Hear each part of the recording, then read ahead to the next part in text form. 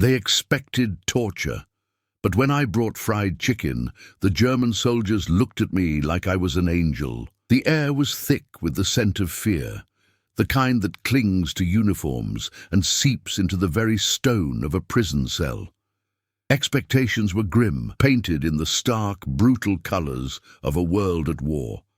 When soldiers found themselves captured, particularly deep behind enemy lines, their minds braced for the inevitable: interrogation, deprivation, perhaps worse. This was the dark calculus of survival in the Second World War, a brutal, unforgiving equation where compassion was a weakness, and the enemy was a faceless, soulless entity. Yet sometimes, in the most unlikely of places, amidst the crushing weight of conflict and the ingrained hatred, something profoundly human would break through. It wasn't a grand gesture, not a strategic maneuver, but a quiet, almost subversive act that defied every taught prejudice and every hardened instinct. Imagine the stark contrast. A prisoner, stripped of dignity and hope, anticipating the cold steel of an interrogator's gaze, the sharp crack of a command, or the gnawing hunger that became a constant companion. Then, instead of the expected torment, a different offering arrived. It wasn't a weapon nor a threat, but a simple, fragrant meal. Fried chicken, perhaps, delivered with an expression that held no malice, only a flicker of something akin to understanding. It was a moment so utterly incongruous with the brutal reality of their situation that it could only be perceived as a miracle, a visitation, an act so unexpected it transcended the immediate, desperate circumstances. For those German soldiers, held captive and awaiting their fate, the sight of such an offering, delivered by someone they were conditioned to see as an adversary, must have been nothing short of bewildering. The simple meal, a taste of home, perhaps, or merely a reminder of a world not entirely consumed by violence, became a powerful symbol. It wasn't just food, it was a connection, a silent question posed to their hardened hearts, asking them to remember the common ground that war sought so desperately to erase. This isn't merely a story about a meal. It is a profound exploration of the delicate, persistent flame of humanity that refused to be extinguished even in the darkest corners of a global conflict. It challenges our deepest assumptions about enmity, about the boundaries of compassion, and about the surprising places where grace can bloom.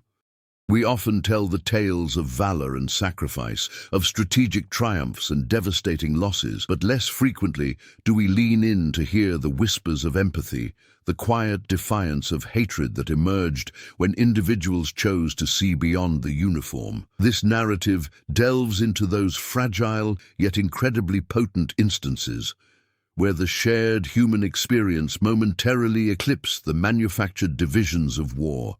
It invites us to consider what happens when the enemy becomes, for a fleeting moment, simply another human being in need, and when an act of kindness becomes an act of radical resistance against the dehumanizing machinery of conflict. It's a journey into the heart of unexpected mercy, revealing how a single, unbidden gesture can reverberate through time, altering perceptions and leaving an indelible mark on the soul. The world was at war, tearing itself apart with unimaginable savagery, yet in these precise individual moments a different kind of truth emerged, that even when the world demands brutality, kindness can still find a way to breathe, to offer solace, and to remind us of the enduring capacity for good within us all. Before any unexpected gesture of kindness could emerge, the world itself was a crucible of unprecedented hostility, forged in the fires of ideological zealotry and total war. The mid-20th century saw nations locked in a titanic struggle, not merely over territory or resources, but over competing visions for humanity's future. Propaganda machines ran at full throttle across every continent, meticulously crafting narratives that painted the enemy as subhuman, a monstrous threat to civilization itself. Consider the pervasive imagery, caricatures of the adversary, devoid of individual features, designed to strip away any shred of empathy. This systematic dehumanization wasn't accidental. It was a deliberate, powerful tool, relentlessly pounded into the collective consciousness, ensuring that soldiers and civilians alike viewed those on the opposing side not as fellow human beings, but as an abstract evil, justifying any act of violence against them. The sheer scale of the conflict, engulfing millions in its destructive embrace, created an environment where suspicion was paramount and compassion was often seen as a dangerous weakness, an invitation to betrayal or death. Within this maelstrom, the individual soldier navigated a landscape of constant peril, where the line between life and oblivion was razor-thin. Exhaustion was a persistent companion, blurring the edges of reality, while the deafening roar of artillery and the perpetual threat of ambush frayed nerves to breaking point. Combatants were not merely fighting battles, they were enduring an unrelenting psychological assault. The relentless indoctrination they received, coupled with the brutal realities of the front lines, reinforced the necessity of viewing the enemy as a singular, malevolent force. To question this narrative, to see a face behind the uniform, was to risk internal collapse, to undermine the very framework that allowed one to survive the horrors of war. The camaraderie forged in the trenches, while vital for morale, often came at the cost of intensified animosity towards the external foe, creating an insular world where us was all that mattered, and them represented everything to be feared and destroyed. Consequently, even after the tide of battle turned and the roles of captor and captive were established, the deeply ingrained prejudices did not simply vanish. A soldier tasked with guarding prisoners of war still carried the weight of their own experiences. The loss of comrades, the destruction of their homeland, the visceral memories of combat. This often resulted in a complex internal struggle, where the duty to maintain order and adhere to protocols clashed with the lingering echoes of wartime hatred. How does one reconcile the fervent belief in the enemy's inherent evil with the sight of a shivering, defeated man, perhaps no older than oneself, now stripped of his weapons and his defiance? This was the silent, often unacknowledged dilemma faced by many, a moral tightrope walk between the dictates of war and the stirrings of a conscience that refused to be entirely silenced. Furthermore, the broader societal context exerted immense pressure. News from the home front, often filtered through official channels, continued to emphasize the enemy's atrocities, fueling a pervasive desire for retribution. Families mourned their dead, communities struggled with scarcity, and the collective trauma solidified a powerful narrative of righteous indignation. This external expectation for unwavering animosity made any deviation from the US versus them mentality a precarious act, potentially inviting suspicion or ostracization. It meant that any act of kindness towards an enemy, however small or spontaneous, carried an immense personal risk, going against the very grain of what society demanded and what one's own grief might dictate. Yet it was precisely within this crucible of fear, hatred, and unyielding pressure that the most profound moments of human connection sometimes occurred. Before the specific gesture, there might have been a shared glance across a barbed wire fence, a moment of mutual recognition of exhaustion, or perhaps a flicker of shared humanity that transcended the uniforms and the ideologies.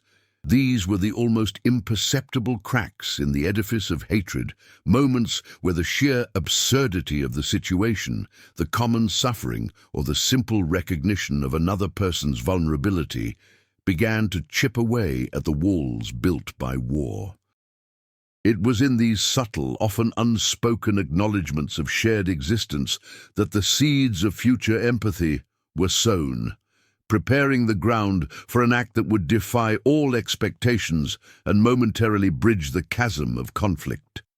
The biting chill of the stone cell seemed to seep into one's very bones, a relentless adversary as formidable as any enemy soldier. For Private Thomas Miller, an American airman shot down over the Rhineland, the cold was a constant gnawing presence, a stark reminder of his precarious new reality. He huddled in a corner, drawing his knees to his chest, the thin fabric of his uniform offering scant protection against the pervasive dampness. Days blurred into a monotonous cycle of hunger, fear, and the agonizing wait for an uncertain future. His thoughts were a tangled mess of regret, worry for his family, and the grim spectre of what interrogations might entail. The guards, when they appeared, were typically impassive, their faces masks of official duty, their movements precise and unyielding. There was no room for warmth, no expectation of solace, only the stark enforcement of wartime protocols. Yet, it was in such an instant, when despair felt most absolute, that the unlikeliest of gestures unfolded. A young German guard, perhaps no older than Thomas himself, paused outside his cell door, his silhouette framed by the dim corridor light. His usual stern expression seemed to soften, almost imperceptibly, as his gaze met Thomas's. There was no overt communication, no spoken word, only a shared moment of silent acknowledgement that transcended the barbed wire and the uniforms. Then, with a quiet click, the guard unlocked the heavy door, stepping inside, not with a weapon drawn, but with a folded, worn woolen blanket clutched in his hands. The fabric looked old, perhaps even mended in places, clearly a personal item rather than standard issue. He approached Thomas slowly, his boots making soft thuds on the cold floor. Without a word, he extended the blanket, its weight surprisingly substantial. The scent of old wool, faintly reminiscent of a distant, peaceful home, wafted towards Thomas. This was not a command, nor an interrogation. It was an offering, pure and unbidden. As Thomas reached out, his fingers brushing against the rough texture, the guard's eyes held a flicker of something profound, not pity, but perhaps a quiet understanding of shared vulnerability. The moment hung suspended, a fragile bubble of humanity in the heart of a war zone. Beyond the immediate physical relief, the blanket carried an unspoken message that even here, in this desolate place, one human could still recognize the suffering of another, regardless of allegiance. Subsequently, the guard did something even more astonishing. He reached into his tunic pocket, producing a crumpled cigarette and a small, worn box of matches. Smoking was strictly forbidden for prisoners, a privilege reserved for captors, if at all. He offered the cigarette, then struck a match, the tiny flame illuminating the guard's face for a fleeting second, revealing a weariness that mirrored Thomas's own. The gentle hiss of the match, the subtle aroma of sulfur, and then the acrid, comforting smell of tobacco as the cigarette caught fire. These were sensory anchors to a world that felt impossibly distant. Thomas drew a slow, deep breath, the smoke a welcome burn in his lungs, a momentary escape from the crushing reality. It was a shared clandestine act, a small rebellion against the dehumanizing rules of their conflict. The guard remained for only a few more seconds, his gaze lingering, before extinguishing the match and retreating. He didn't speak a single word, nor did Thomas. Yet in that profound silence, a connection was forged, an invisible bridge spanning the chasm of enmity. Thomas clutched the blanket, its warmth spreading through him, a tangible reminder that even in the most brutal of circumstances, the capacity for compassion could surface. He would later scribble in a smuggled piece of paper, a makeshift diary entry reflecting on that night. The cold was still there, but something else had entered the cell. A strange warmth, not from the wool, but from the quiet act. He saw me, not just the uniform. This simple, unscripted interaction, born of a moment's impulse, transcended the immediate conflict, revealing a deeper, more enduring truth about human nature. It was an intimate testament to the unexpected ways in which empathy could manifest, a silent testament to the persistence of shared humanity. Beyond the immediate solace a simple act of mercy might provide, its true power lies in the profound reverberations it sends through the very fabric of human experience, particularly amidst the desolation of conflict. For the recipient, often plunged into the depths of despair and stripped of all personal identity by the machinery of war, such an unforeseen kindness shatters the pervasive narrative of dehumanization. It's not merely about the physical comfort of a shared item or a fleeting respite from deprivation. Rather, it's the quiet, yet insistent affirmation of one's intrinsic worth. This unexpected recognition from an adversary can rekindle a spark of hope, a fragile belief that despite the overwhelming evidence to the contrary, not all humanity has been extinguished. It serves as a psychological anchor, momentarily pulling an individual back from the brink of total emotional collapse, reminding them they are still seen, still a person, not merely a statistic or an enemy combatant. Consequently, the impact extends equally, if not more profoundly, to the one who offers the gesture. Imagine the internal landscape of a soldier, meticulously trained to view the opposing side as an abstract evil, a threat to be neutralized without compunction. To then choose an act of compassion, however small, represents a silent personal rebellion against the pervasive ideology of animosity.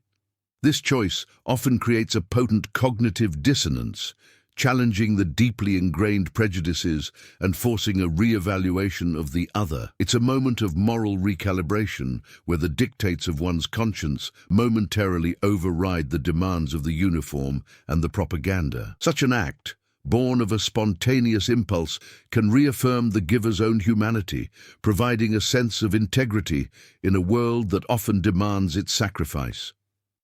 The fleeting connection, though unspoken, leaves an indelible mark, a quiet triumph of empathy over indoctrination, subtly reshaping their understanding of both themselves and the enemy. Furthermore, these singular moments, though rarely documented in official war histories, became indelible markers in the personal memories of those involved, and often in the narratives they carried forward. Consider the anecdotal evidence from countless veterans. Stories of unexpected decency often stand out with remarkable clarity against the backdrop of unimaginable brutality. These are the narratives that survivors choose to recount, the fragments of light they cling to, because they speak to a deeper truth about the human spirit's resilience. Such tales, whispered among comrades or shared with families decades later, become a powerful counter-narrative to the dominant one, of unadulterated hatred, demonstrating that even in the most extreme circumstances, the capacity for compassion stubbornly persists, like a resilient wildflower pushing through cracked pavement. Building on this, however, we must also consider the broader psychological and sociological implications. These acts, though seemingly isolated, collectively served to subtly undermine the war machine's relentless efforts to demonize the enemy. They demonstrated that the boundaries imposed by conflict were permeable, that common ground could still be found in shared vulnerability or a simple recognition of suffering. For those who witnessed such exchanges, or heard accounts of them, it introduced a vital nuance into their understanding of the conflict, prompting reflections on the complex nature of morality in wartime. It challenged the simplistic good versus evil dichotomy, suggesting that beneath the uniforms and national allegiances there remained a shared stratum of human experience, capable of both immense cruelty and surprising kindness. Ultimately, these narratives underscore a profound truth about the human condition. While systems and ideologies may strive to obliterate individual conscience and foster division, human empathy possesses an enduring, almost defiant quality. These rare instances serve as potent reminders that even when the world demands brutality, the choice to extend kindness remains, a testament to the persistent capacity for altruism and connection.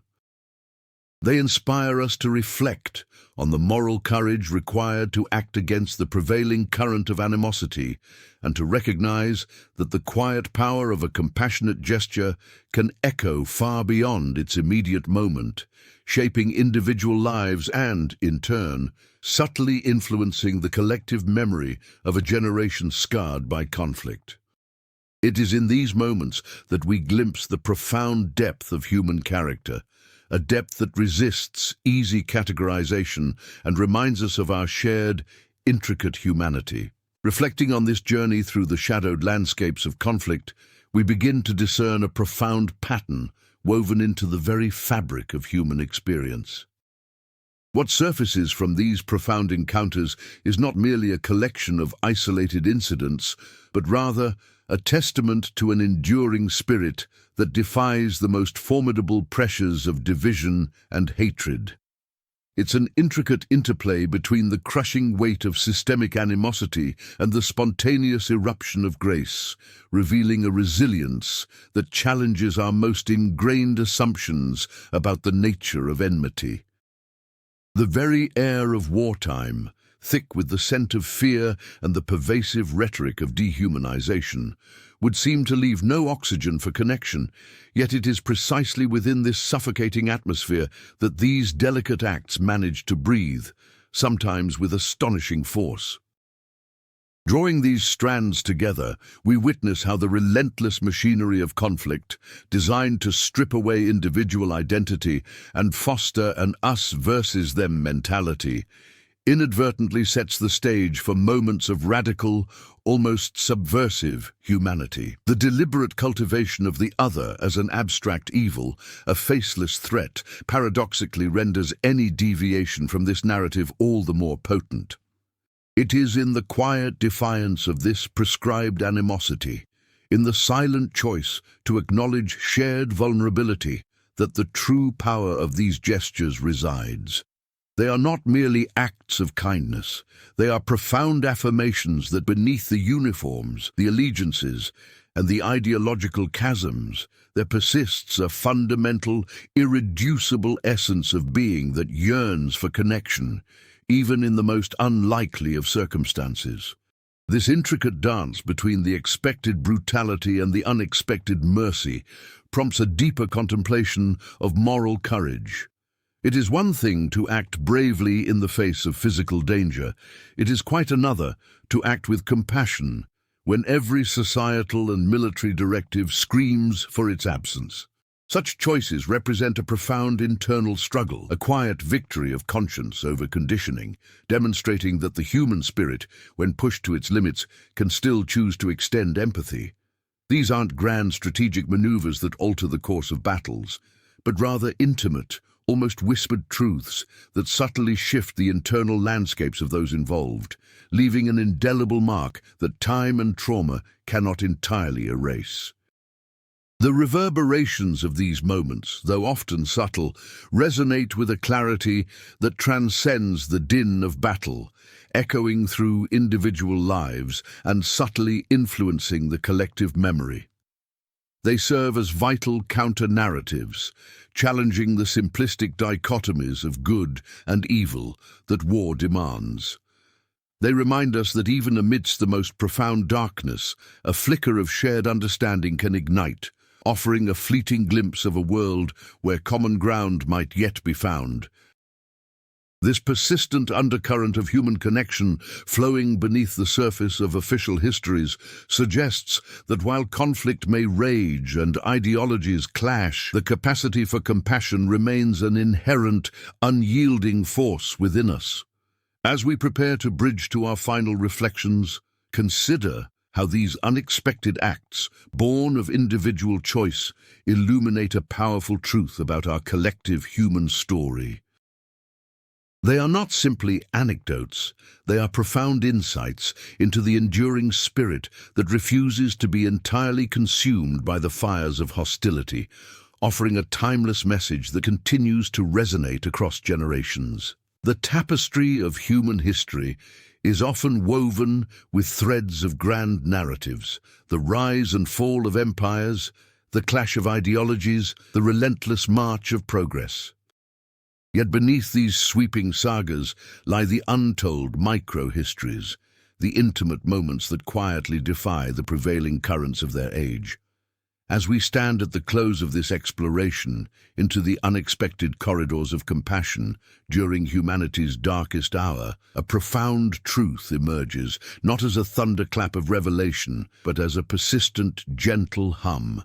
It is the undeniable resonance of our shared human core, a frequency that even the most deafening cacophony of war struggles to drown out. These aren't simply heartwarming anecdotes from a bygone era. They are vivid blueprints of an intrinsic human capacity. They illustrate that the impulse to connect, to alleviate suffering, to recognize the spark of life in another, is not merely a fragile sentiment but an enduring force.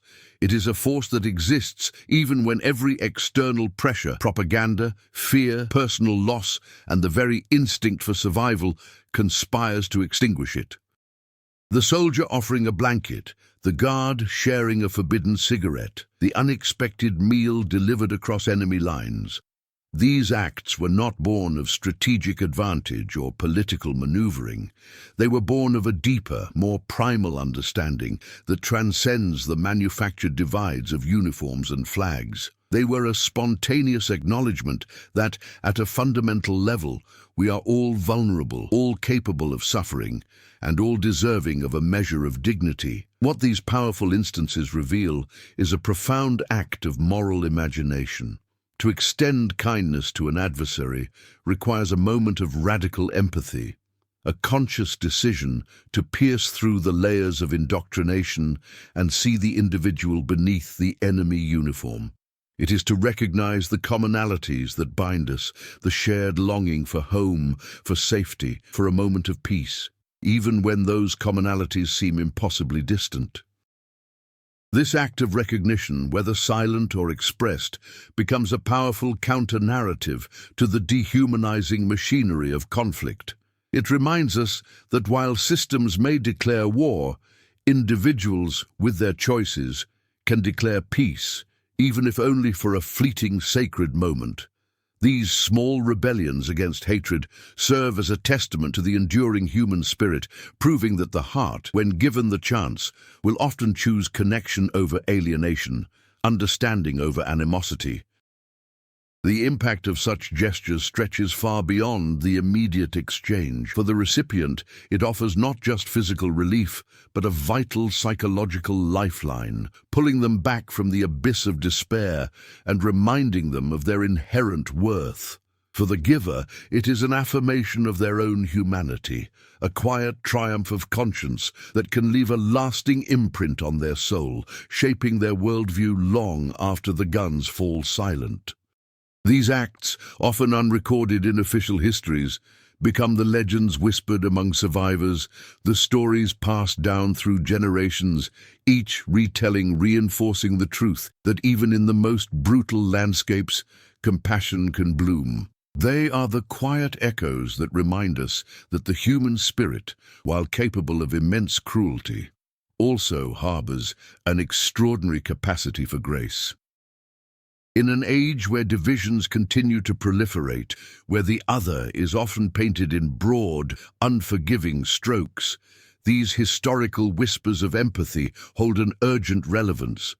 They challenge us to look beyond the headlines, beyond the rhetoric, and to seek out the common ground that often lies obscured by fear and prejudice.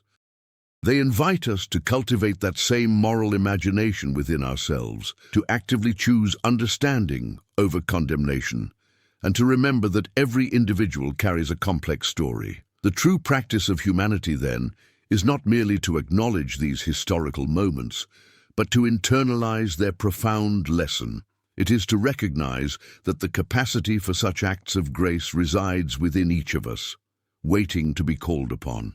Let these stories serve not as quaint relics of the past, but as a living testament to the enduring power of connection.